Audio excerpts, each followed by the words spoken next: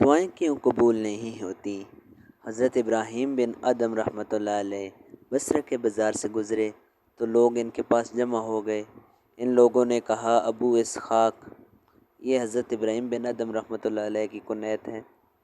اللہ جل جلالہ نے تو قرآن کریم میں فرمایا ہے، تم مجھے پکارو میں تمہاری دعا قبول کروں گا۔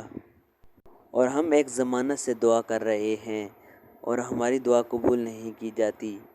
تو حضرت ابراہیم بن ادم رحمۃ اللہ علیہ نے جواب میں فرمایا، تمہارے دل 10 چیزوں کی وجہ سے مر چکے ہیں۔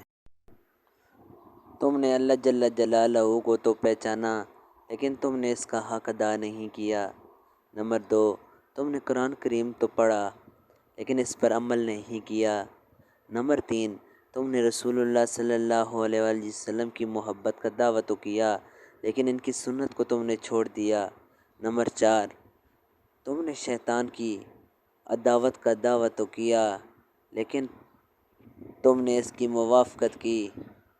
نمبر 5، تم نے کہا کہ تم جنت سے محبت کرتے ہو لیکن اس کے لیے تم نے عمل نہیں کیا۔ نمبر 6، تم نے یہ تو کہا کہ ہم آگ سے ڈرتے ہیں لیکن اپنے نفس کو تم اس کی طرف لے گئے۔ تم نے کہا موت حق ہے لیکن اس کے لیے تم نے کوئی تیاری نہیں کی۔ نمبر 8، تم اپنے بھائیوں کے عیوب میں تو مشغول ہوئے لیکن اپنے عیوب کو تم نے بھلا دیا۔ نمبر 9، تم نے اللہ جل جلالہ کی نعمتوں کو کھایا لیکن ان نعمتوں کا شکریہ ادا نہیں کیا۔ نمبر 10، تم نے اپنے مردوں کو دفن کیا لیکن ان سے تم نے عبرت حاصل نہیں کی۔